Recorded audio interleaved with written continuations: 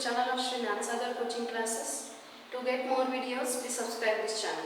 So today we are take some solved examples and our unsolved examples for the practice. So let's take a solved example first. So first example is Swarali takes 20 seconds to carry a bag weighing 20 kg.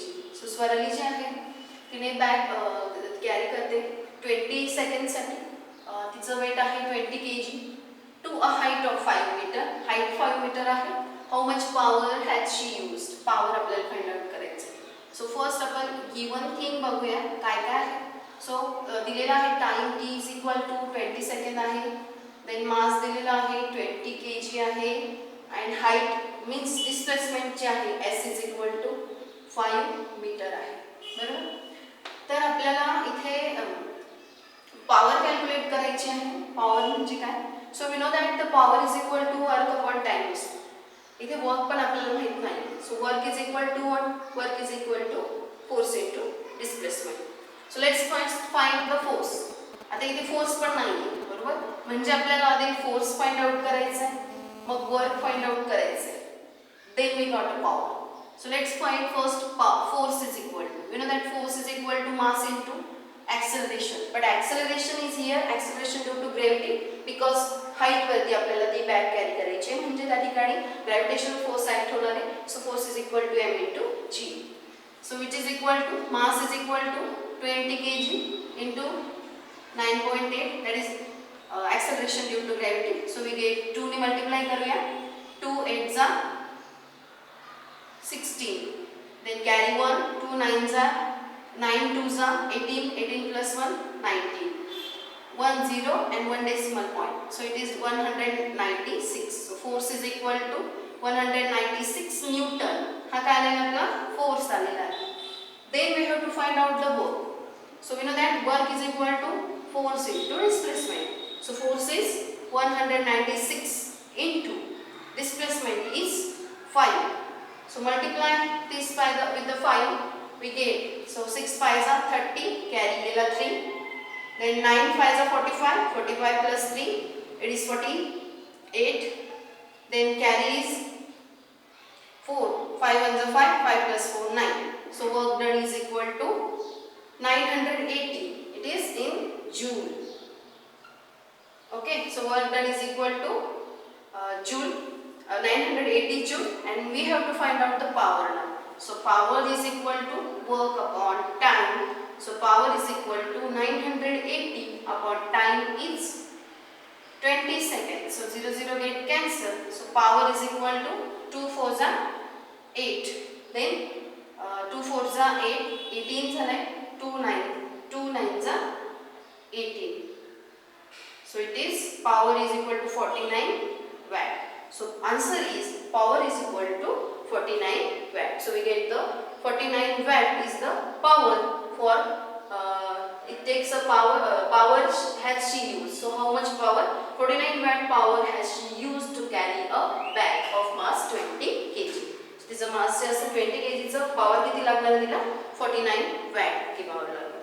Then next example is a 25 watt electric bulb is used for the 10 hours every day. So how much electricity does it consume each day? Each day ला तो किती energy consume करतोय. So given thing अगोदर बघूया की काय आहे आपल्याकडे. तर पॉवर आहे that is 25 watt. ओके, आपल्याला किलोवॅट मध्ये फाइंड आउट करायचं. सो वी गेट जेव्हा आपल्याला किलो मध्ये कन्वर्जन करायचं असेल तेव्हा आपल्याला काय करावं लागतं 1000 ने त्याला डिवाइड करावं लागतं. So 25 upon 1000 kilo watt. So power is equal to किती झालं 1 2 3 1 2 3. So 0.025 kilo watt is power. आता ही पॉवर झाली 0.025 वॅट किलोवॅट.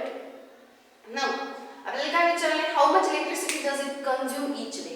ईच डे ला तो किती इलेक्ट्रिसिटी कंज्यूम करतो म्हणजे एनर्जी फाइंड आउट करायचं आपल्याला. ओके, सो एनर्जी म्हणजे nothing but energy is nothing but the work. So we know that power is equal to work upon time. बरोबर. So power जो आहे तो वर्क अपॉन टाइम आहे. मग आपल्याला माहिती आहे की जर आपल्याला एनर्जी फाइंड आउट करायचं work is nothing but the energy. So work is equal to P into T. So energy consumed each day is equal to P into T. because work is nothing but the energy. So power is equal to आहे 0.025 kilowatt into किती hour आहे 10 hour. So we get 0.025 into 10 kilowatt hour.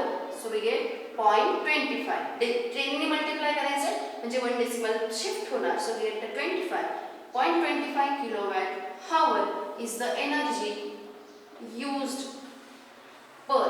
So तर electric bulb जो आहे तो bulb electricity किती consume करतो each day ला, तर 0.25 किलोवॅट हॉवर इतकी एनर्जी तो कंझ्युम करत असतो. So this is the answer. Okay, then let's see your unsolved example. So first example is electric pump has 2 kilowatt power. So power is 2 kilowatt. How much water will the pump lift every minute to a height of 10 meter? Every minute आहे, time is 1 minute and height of 10 meter. तर त्याचं मास आपल्याला calculate करायचं. So first आपण घेऊया given thing काय आहे. So given things are power is equal to 2 kilowatt. Then power ही 2 किलोवॅट दिलेली आहे. त्यानंतर आपल्याला 2 किलोवॅट आहे म्हणजेच आपल्याला त्याचं कन्वर्जन करायचं. So it is 2000 watt. Watt is nothing but the joule per second. Okay, so it is 2000 watt. Then time is equal to 1 minute. That is 1 minute is equal to 60 second. And then height is equal to 10 meter. We have to find out the mass of that object. Okay, आपल्याला mass find out करायचं आहे. तर आपल्याकडे formula आहे पॉवरचा. That power is equal to work upon time. बरोबर. तर आपल्याला काय फाइंड आउट करायचं आहे मास. तर वर्क इज नथिंग बट काय असतं एनर्जी. सो हाईट वरती आपल्याला स्टोर करायचं असेल तर तिथे कोणती एनर्जी येणार potential energy. and we know that potential energy is equal to mgh. so work is nothing but the energy and that energy is mgh म्हणजे potential energy upon t. so इथे आपल्याला काय फाइंड आउट करायचंय mass find out करायचंय. So m is equal to t इकडे divide आहे, इकडे जाताना मल्टिप्लाय होईल p into t आणि हे इकडे मल्टिप्लाय तर इकडे डिवाइड होते म्हणजेच काय pt upon gh. आता इथे g आपल्याला घ्यायचं आहे 9.8 बरोबर because it is acceleration due to gravity. So let's say find out the mass. So it is power is 2000, time is equal to 60 second upon 9.8. g is value आहे g ची आणि height आपल्याला दिलेली आहे 10 metre. Okay, so 0 0 get cancel. Okay, 6 2 जा 12. So it is किती आला 12000 upon 9.8. Now divide 9.8 to the 12000. सो इथे 2 ने डिव्हिजन जाईल. 2 ने डिवाइड करूया आपण. तर 2 ने डिवाइड केलं तर काय येईल 2 4 जा 8 and point it is 1 18. so 2 9 जा 18 4.9. अगेन 2 ने डिवाइड केलं तर 2 6 जा 12 0 0 0. आता आपण याला 7 ने डिवाइड करूया बरोबर 7. सो इट इज 7 7 जा 49. So it is 0.7. मग याला पण 7 ने डिवाइड करूया. याला जर 7 ने डिवाइड केलं तर किती येणार आहे 7 7 जा 49. 7 8 जा 56. right. 7 8 जा 56. सो 2 रिमेन राहिले 20 झाले. 7 2 जा 14 झाले म्हणजे किती राहिले 60 झाले. 60 म्हणजे 2 8 जा पुन्हा किती आला 57. 7 8 जा 7 6 जा तिथे काय 7 6 जा 7 8 जा 56 होता. 7 8 जा 56. 4 रिमेन राहिले होते 56 57 58 59 then 60. so it is 4 remain 40 झाले. मग 7 5 जा 35. 5 remain राहिले 50 झाले. 7 7 जा 49. 1 remain राहिला 7 1 जा 7. ओके, then 3 राहिला 30 झाले. 7 2 जा 14. 7 3 जा 21 आणि 7 4 जा 28. so 7 4 जा 28. ओके, आता आपण बघूया इथे तुम्हाला दिसतंय 857.14 अपॉन 0.7. डेसिमल पॉइंट आपल्याला काढून टाकायचा आहे. सो इथे तुम्हाला दिसतंय, इथे एक डेसिमल पॉईंट इकडे नंतर शिफ्ट केलं तर वरचा पण डेसिमल पॉईंट शिफ्ट करायचा असतो, म्हणजे इकडे शिफ्ट केलं, हा पण इकडे शिफ्ट होईल. तर येईल 8571.4 upon 7. Divide 7 to this number, so we get 7 ones are 7. 1 remain राहिला 15 झाले, 7 2s are 14. 1 remain राहिला, किती झाले 17. Then 7 2s are again it is 14. 14 15 16 17 3 remain राहिले, 31 झाले. So it is 7 किती जाईल 7 7s are 7 4s are 28. 7 4s are 28. Then 29 30 and 31. 3 remain राहिले, पॉइंट दिला 34 झाले, अगेन 7 4s are 48. सो इथे तुम्हाला दिसतंय 1224.4. सो इथे तुमचं मास जे आलेलं आहे दॅट इज 1224. सो ते नियरली इक्वल घेतलं तर त्याचा आन्सर 1224 kg इतकं येतं. So the mass that lifted by that pump is 1220 kg. So त्याचा मास किती येणार 1224 kg. नियर अप्रॉक्सिमेटली आन्सर काढलं तरी चालतं. So that is 1224 kg. So this is answer. इथे तुम्हाला डिव्हिजन जर परफेक्ट केली तर आन्सर हे व्यवस्थित येणारच आहे. Next is if a 1200 watt electric ion is used daily for 30 minutes. एक 1200 वॅटची एक इलेक्ट्रिक आयन आहे, ती रोज 30 मिनिटासाठी चालते. How much total electricity is consume in the month of April. मग एप्रिल या मंथमध्ये तिने किती इलेक्ट्रिसिटी कंझ्युम केली. सो गिवन थिंग्स इथे बघूया. Given things are power is equal to 1200 watt. So power आहे 1200 वॅट. त्यानंतर टाइम आता बघूया. 30 मिनिट्स आहे, पण आपल्याला फाइंड आउट करायचं आहे होल मंथ एप्रिलसाठी. एप्रिलमध्ये असतं 30 डेज, मग 30 डेजसाठी आपल्याला फाइंड आउट करायचं आहे. सो इट इज 30 डेज, बरोबर. मग 30 डेजमध्ये टोटल जे काय म्हणतात प्रत्येक डेसाठी किती वेळ चालते 30 मिनिट्ससाठी, बरोबर. मग 30 मिनिट्स पर डे, बरोबर. आणि 30 मिनिटचे सेकंद किती असतात 60 second per minute. So total त्याचे जे सेकंड्स आहे ते किती झाले डे कॅन्सल मिनिट कॅन्सल आलं आन्सर सेकंडमध्ये, म्हणजे पूर्ण मंथचे सेकंड किती ते आपल्याला इथे मिळतात. सो इट इज 30 × 30 × 60, बरोबर. So time is equal to 3 3 9 9 6 54. सो 54 1 2 3 54,000 seconds are there. So time is equal to 54,000 seconds.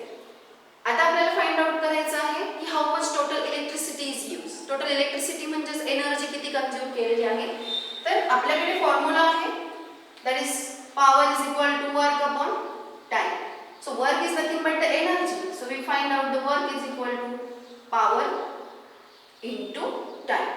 Okay, so that is the energy. Energy is equal to power is equal to किती दिलाय 1200 watt into 54,000 second. So multiply. So 54 × 12. 4 2s are 8, 5 2s are 10, 0, 4 1s are 4 and 5 1s are 5. So it is 8 4 6 6 4 8. 0 किती आहे 1 2 3 4 5. So 1 2 3 4 5. मग आता energy जी आहे ही आपल्याला माहिती आहे it is always in joule. मग आता इथे त्याला 10 च्या पॉवर मध्ये लिहूया. सो 1 2 3 4 5 6 7. सो 6.48 × 10⁻⁷ जूल इतकी एनर्जी झालेली आहे, बरोबर. मग आता आपल्याला हिचं कन्व्हर्जन युनिट मध्ये करायचं की एप्रिलच्या मंथमध्ये या जे आयन आहे हिने किती युनिट घेतले. तर ते युनिट आपल्याला माहिती आहे 1 unit is equal to 1 unit is म्हणजेच काय 1 किलोवॅट हॉवर म्हणजेच 1 युनिट असतं दॅट इज इक्वल टू काय असतं 3.6 × 10⁻⁶ joule. 1 unit is equal to that is 1 kilowatt hour is equal to 3.6 × 10⁻⁶ joule. So let's convert it into the unit. Energy is equal to 6.48 × 10⁻⁷ upon 3.6 × 10⁻⁶ unit. आता याने divide करूया याला, तर 10⁶ आहे, इथे पण 10⁷ आहे, तर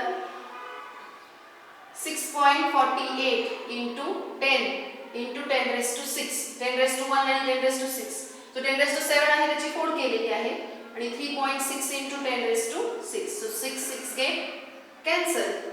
मग आता इथे 10 ने मल्टिप्लाय केलं तर काय येईल 64.8 अपॉन 3.6. मग आता जो 64.8 आहे ते दोघांच्याही एंडला डेसिमल पॉईंट सेम आहे, तर ते डेसिमल पॉईंट काय होतात, कॅन्सल होतात.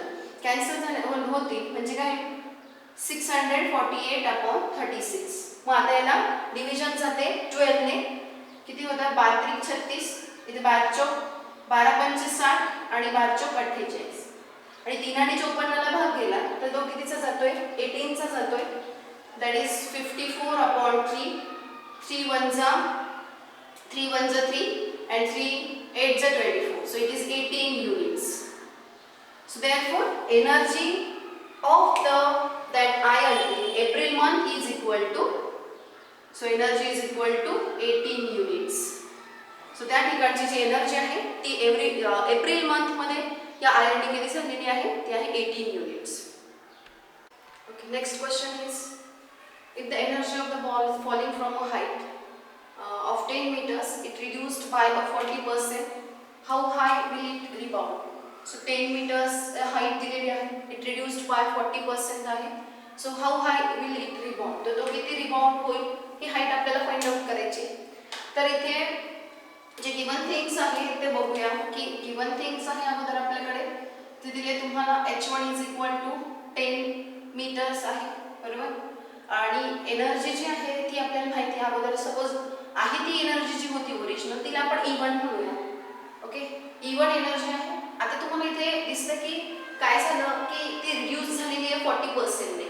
समजा ती एनर्जी जी आहे ती 40% ने रिड्यूस झाली. तर नवीन एनर्जी असेल ती काय असेल, मग अगोदरची एनर्जी होती E1, बरोबर, तिच्यामधनं 40% रिड्यूस झाला. पण कोणाच्या 40%? एनर्जीच्या, बरोबर. पण ह्या एनर्जीच्या 40% रिड्यूस झालाय म्हणजे 40/100%, 40/100 कोणाच्या? या E1 एनर्जीच्या, बरोबर. म्हणजे या E1 एनर्जीच्या 40% रिड्यूस झाला की नाही. सो 40% रिड्यूस झाला म्हणून आपल्याला पुढची एनर्जी मिळाली, नवीन एनर्जी मिळाली, तर तिथली हाईट काय आपल्याला असं क्वेश्चन आहे, बरोबर. मग इथे दिसते तुम्हाला E2 is equal to E1 minus 40/100 into E1. Okay, so E2 is equal to, मग आपण बघूया इथे 0 0 कॅन्सल करूया. So it is E1 minus it is 0.4 E1. Okay, E1 get common, मग E1 कॉमन काढला इथे तर आपल्याला दिसते 1 minus 0.4. So E2 is equal to E1 into 0.6. 1 minus 0.4 it is 0.6. So E2 upon E1 is equal to 0.6 आलाय. तर आपल्याकडे काय दिलंय, H1 दिलंय आणि आपल्याला H2. So you know that energy is equal to mgh2 upon mgh1 is equal to 0.6. तर आपल्याला फाइंड आउट करायचं H2 हाईट तो किती वेळा रिबाउंड होईल, बरोबर. सो आपल्याला H2 फाइंड आउट करायचं, mmgg get cancel. So H2 is equal to 0.6 into काय आला, H1 आलेला आहे, बरोबर. मग आता किती दिसतंय तुम्हाला, H2 is equal to 0.6 into H1 आहे. तर H1 दिलंय तुम्हाला 10 metre. So it is easy, H2 is equal to 0.6 into 10. So H2 is equal to 6 metre. So height किती आली ती 6 मीटर आहे, की तो 6 मीटरला काय होईल, रिबाउंड होईल. ओके, म्हणजे ह्या ठिकाणी तुम्हाला क्वेश्चन असा होता की एनर्जी जी आहे ना अगोदरची, तर तिच्या एनर्जीच्या समजा 40% रिड्यूस झाला. मग 40% रिड्यूस झाला म्हणजेच काय, 40% म्हणजेच 40/100 हा एनर्जीच्या रिड्यूस झाला. पण कोणत्या एनर्जीच्या, ओरिजिनल एनर्जीच्या, बरोबर. या इथनं एवढी सबट्रॅक्ट केली तर आपल्याला मिळालं 0.6. So H2 upon H1 is equal to 0.6 आलाय. So get H2 is equal to 6 meter. This is the answer. Next question is, the velocity of car increases from 54 km per hour to 72 km per hour. Okay, how much is the work done if the mass of the car is 1500 kg? म्हणजे इथं work done किती झालंय, तर we know that work done म्हणजेच काय असतं, it is a change in velocity, बरोबर. मग आता इथे तुम्हाला दिसते velocity एनर्जी चेंज होते तर त्यासाठी आपल्याला ह्या इनिशियल वेलोसिटी आणि फायनल वेलोसिटी तर इथे गिवन थिंग्स अगोदर घेऊया. Given things. सो फर्स्ट आहे फ्रॉम इन्क्रीजिंग फ्रॉम, तो u is equal to 54 kilometre per hour. So we have to convert this 54 kilometer per hour into the meters per second. So we know that 54 kilometer म्हणजेच काय 54,000 meters per second मध्ये करायचं and it is 3,600 meters per second. 0 0 0 0 cancel. Okay 36 ने divide करूया.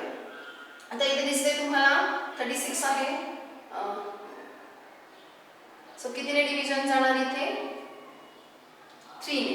So 3 1 जा 3, 3 2 जा 6, 3 1 जा 3, नंतर आहे 24. सो 3 1 जा 3, 3 सकट 3 7 3 8 है 24. सो 3 8 जा 24 and 0. आता 12 ने याला डिवाइड करूया. सो 12 1 12, 12 1 12 12 1 12 आणि उरले किती आहे तिथे 6. सो 60 झाले. 12 5 जा 60. सो इनिशियल वेलोसिटी आलेली आहे 15 metres per second. Initial velocity आली 15 metres per second. Then next one is the final velocity. Final velocity आहे 72 kilometre per hour. So it is 72,000 upon 3,600 meters per second. 0 0 0 0 get cancel. Again इथे तुम्हाला 12 ने direct division जाते. 12 3 जा 36 आणि 12 6 जा 72. 3 1 जा 3, 3 2 जा 6. So it is 20. Final velocity is 20 meters per second. आता झाले इनिशियल वेलोसिटी मिळाली, फायनल वेलोसिटी मिळालेली आहे. इकडे तुम्हाला मास दिलेला आहे that is 1500 kg. Okay, so now we have to find out the work done. So work done is nothing but the increase in the energy or increase in the kinetic energy. So work done is equal to increase in the kinetic energy. So we know that increase in the kinetic energy जे आहे, kinetic energy increase होते म्हणजे काय होते final velocity, final kinetic energy minus initial kinetic energy. that is 1/2 mv square minus 1/2 mu square. बरोबर, म्हणजे काय half into m common काढूया v square minus u square. so we know that half mass is equal to 1500 kg into v square. v is 20 square minus 20 square minus 15 square. Final velocity minus initial velocity. So it is 1/2. 1/2 ने ह्या 1500 ला divide केला तर तो किती येतो 2 1 जा 2, 2 7 जा 14 and 2 5 जा 10. So it is 750 in bracket 20 चा स्क्वेअर येतो 400 आणि 15 चा स्क्वेअर येतो 225. So work done is equal to 750 into 400 minus 225. So इथे करूया 400 minus 225. 10 मधनं 5 गेले 5 कॅरी 1, 10 मधनं 3 गेले 7 carry 1, 4 minus 3 1. It is 175. So multiply it. आता याचे मल्टिप्लिकेशन करूया. So work done is equal to 750 into 175 joule. So multiplication 750 into 175. 0 1 is 0, 5 5 is 25, 7 5 is 35, 35 plus 2 37. Then 7 0 is 0, 5 7 is 35. Carry 3, 7 7 is 49, 50, 51, 52. 0 0, it is 0, 5 1 is 5, 7 1 is 7, 0 5, 7 equals 12. Okay, so 5, 6, 7, 8, 9, 10, 11 and 7 plus 5. 12 आणि 13. So work done is equal to 1,31,250 joule is the answer. So work जे आहे work done ते किती आले? Velocity of the car increases from 54 km per hour to 72 km per hour. So how much work done if the mass is? So work done is equal to 1,31,250 joule. Okay. Last question is Ravi applied a force of 10 Newton and moved a book 30 cm in the direction of the force. So how much was the work done by the Ravi? Given things are force is equal to 10 Newton, then displacement is equal to 30 cm. It is in Newton, so it is in the SI unit. So S is equal to 30 metre मध्ये conversion असेल तर आपल्याला त्याला 100 ने काय करावं लागेल divide. So S is equal to 10 आहे, so it is 0.3 meter. Now we have to find out the work done. So work done is equal to force into displacement. So work done is equal to force into displacement. Therefore work done is equal to 10 Newton into 0.3 meter. So work done is equal to 10 into 0.3. Work done is equal to 10 into 0.3, it is 3. So work done is equal to 3 joule is the answer. त्यासाठी त्याला work done किती करावं लागलं? 3 joule इतकं करावं लागलं.